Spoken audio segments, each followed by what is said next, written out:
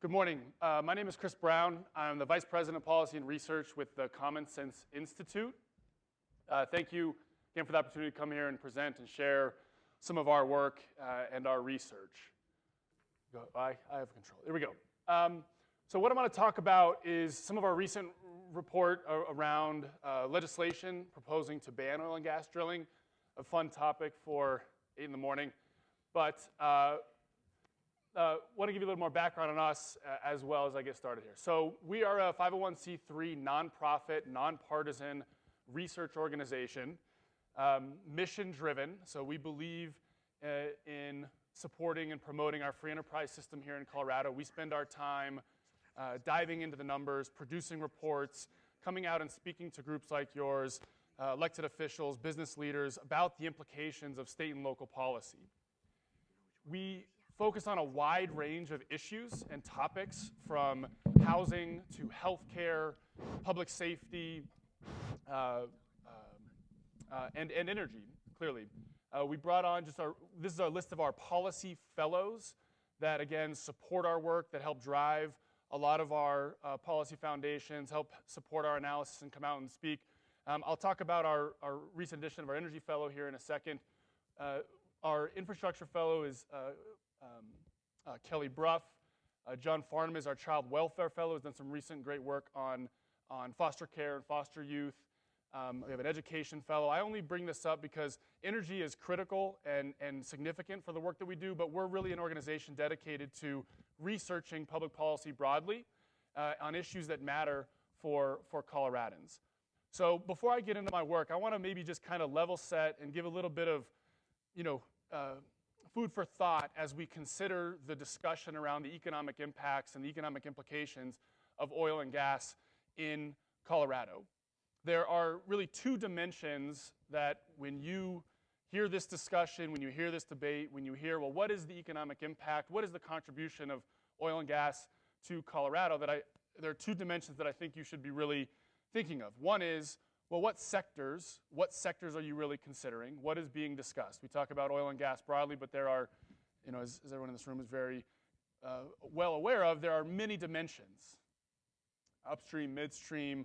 There is ultimately every business in Colorado relies on every home, every business relies on energy. A lot of that produced here in the state. The second dimension is whether or not we are simply accounting for direct numbers, things that are directly quantified in terms of the jobs categorized in the NAICS sectors, the GDP contribution categorized in the sectors identified as directly being related to oil and gas, the extraction side, the pipeline, the production side, transportation side, or if we are accounting for dynamic impacts, meaning the ripple effects, the contributions of oil and gas, and how they relate and connect to other sectors. So two areas to really consider: the sectors being captured and the degree to which the analysis is capturing dynamic effects. So on one side, I have 3%. This is a number often cited as the direct GDP contribution. It's approximately 3% direct GDP contribution of oil and gas extraction, the subsector of the mining sector, okay? Very significant. 3% is, quite large. I often joke that pre-COVID, economists used to fight over 10th of percent change. We've got a little, I think our perspective has shifted a little bit, given we've seen rapid and pretty volatile changes in just the last 4 or 5 years from an economic standpoint. But 3% is very significant. And again, this is just the extraction side, not even accounting for some of the site construction, some of the drilling components that are not directly accounted for in the oil and gas extraction sector. On the other side, PricewaterhouseCoopers, PwC, does an annual report where they've estimated state-by-state economic impacts of all related oil and gas sectors. That includes some of the retail elements around oil and gas as well as some of those dynamic effects. And they've estimated a total GDP contribution in Colorado of about 11.2% of all oil and gas related sectors and their dynamic effect.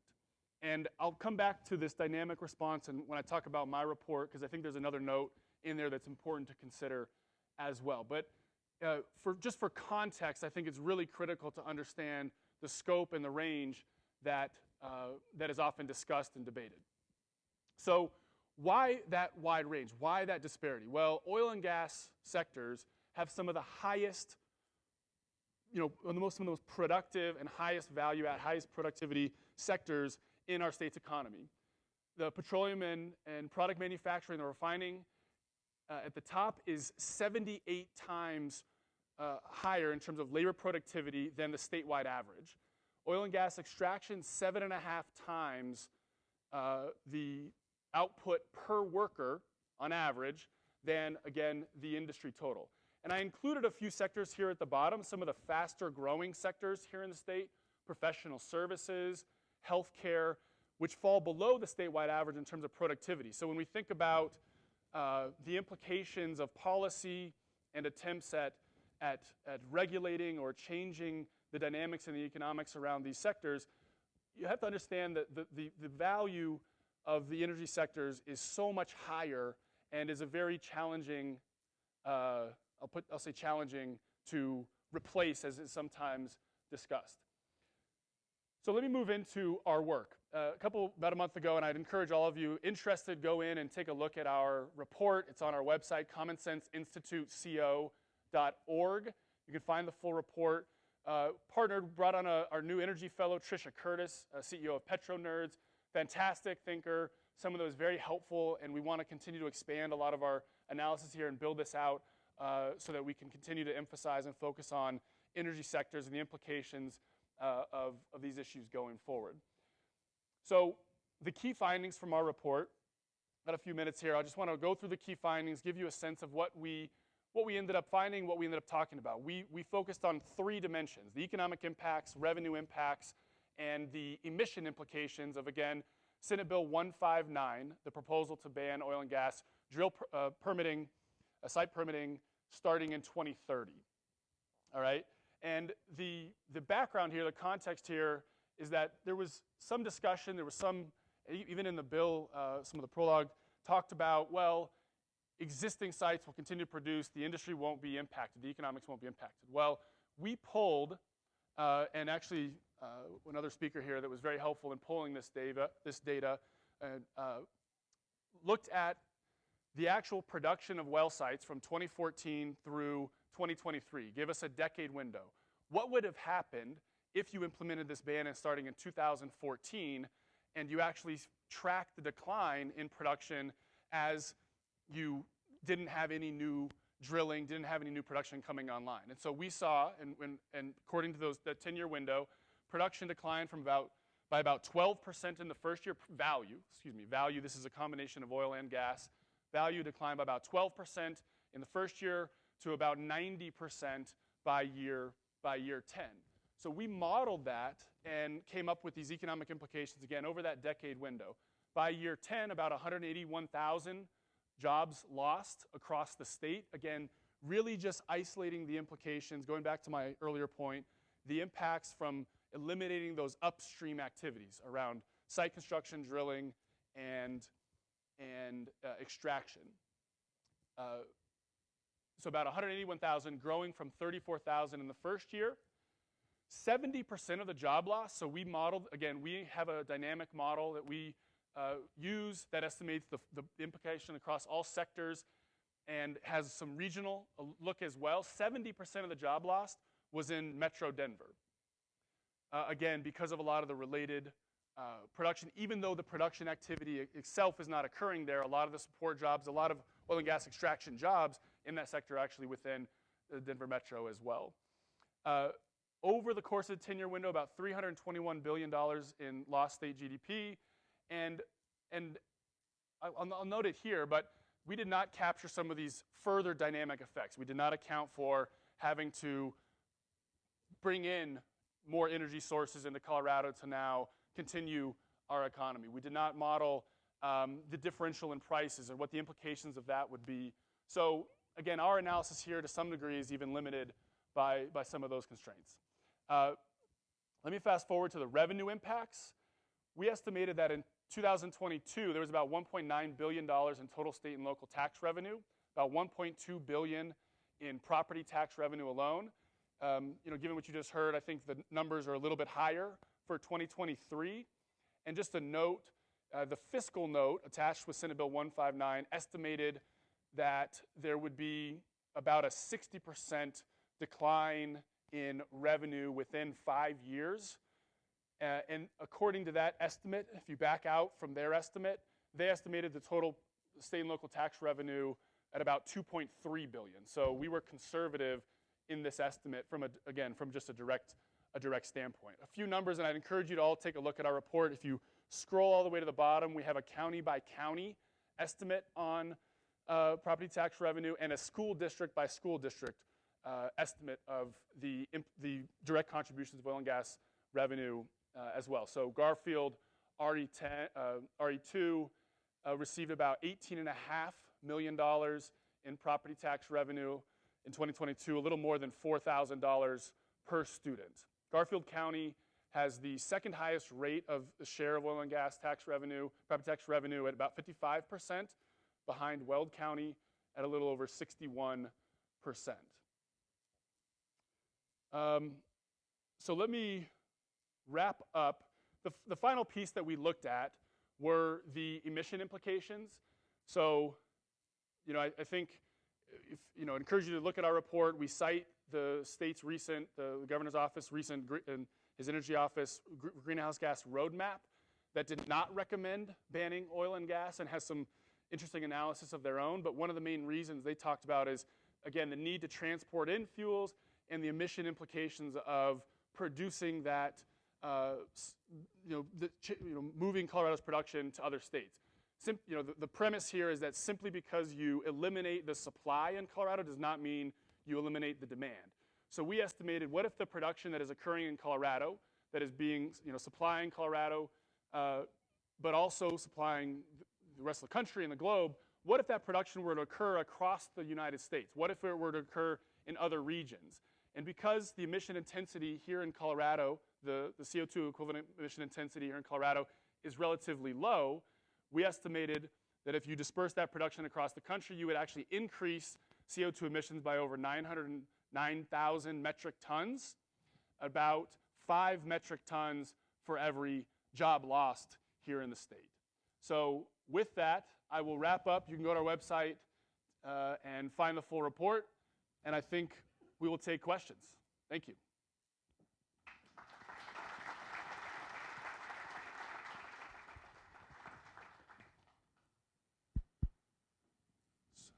I don't know if there's a microphone or if you just shout at us. We're happy to take questions, and between the two of us, we'll field them. Yeah, is there someone? I think they have microphones here on the the there sides. Are microphones. Yeah, great.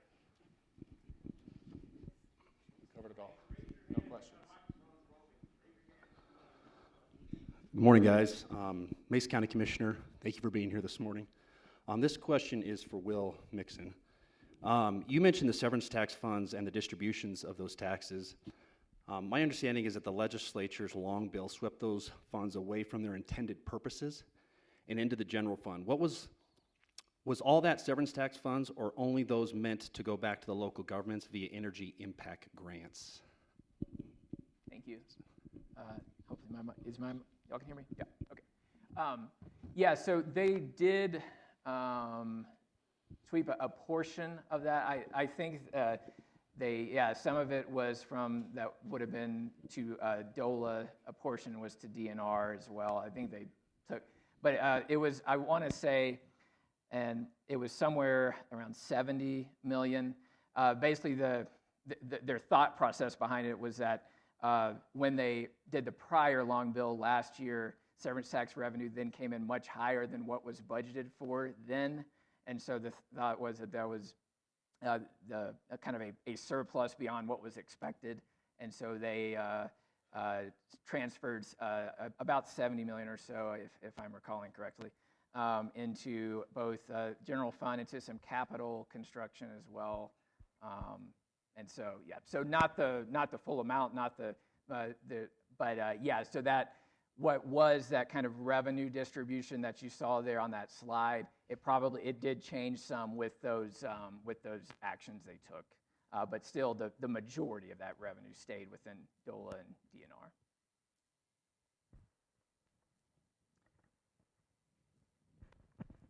Good morning. My name is Carmia Woolley. I'm with the BLM. So, Will, during your presentation, after observing the oil and gas production trends and also the outlook, but now after reviewing Senate Bill 2, that outlook, knowing that the U.S. and state of Colorado production has been declining or below, the nation-wide average, generally speaking, does the governor's office have concerns with regard to budgeting in the near future and in the next 10 years? Yeah, in terms of from oil and gas revenue, severance tax revenue, things like that. Correct. Yeah, so our forecast, so we produce a quarterly forecast, OSPB, along with our counterparts in the legislative branch. We really look at kind of the 3-year window, and in that 3-year window, we don't see any significant impact outside of what I was kind of showing there, kind of our baseline forecast. Longer term, it's hard for me to say just because we really are not we're not really diving into kind of that 10-year analysis in the same way. So I hate to jump out on a limb on that one. But over these next few years, we kind of do expect that slow oil production growth, kind of flat natural gas production, and then it's just a product of price, of course. But I don't have a really great answer for you beyond that kind of window, just because we don't do a whole lot of kind of that longer term analysis. I don't know, just to jump in, but all I'll say is that I think it'll depend on policy. Would be my only answer. Is I think a lot will depend on the long term around where policy goes here in the state.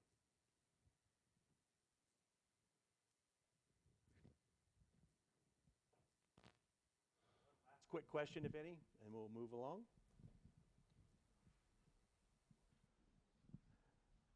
A brief one, please.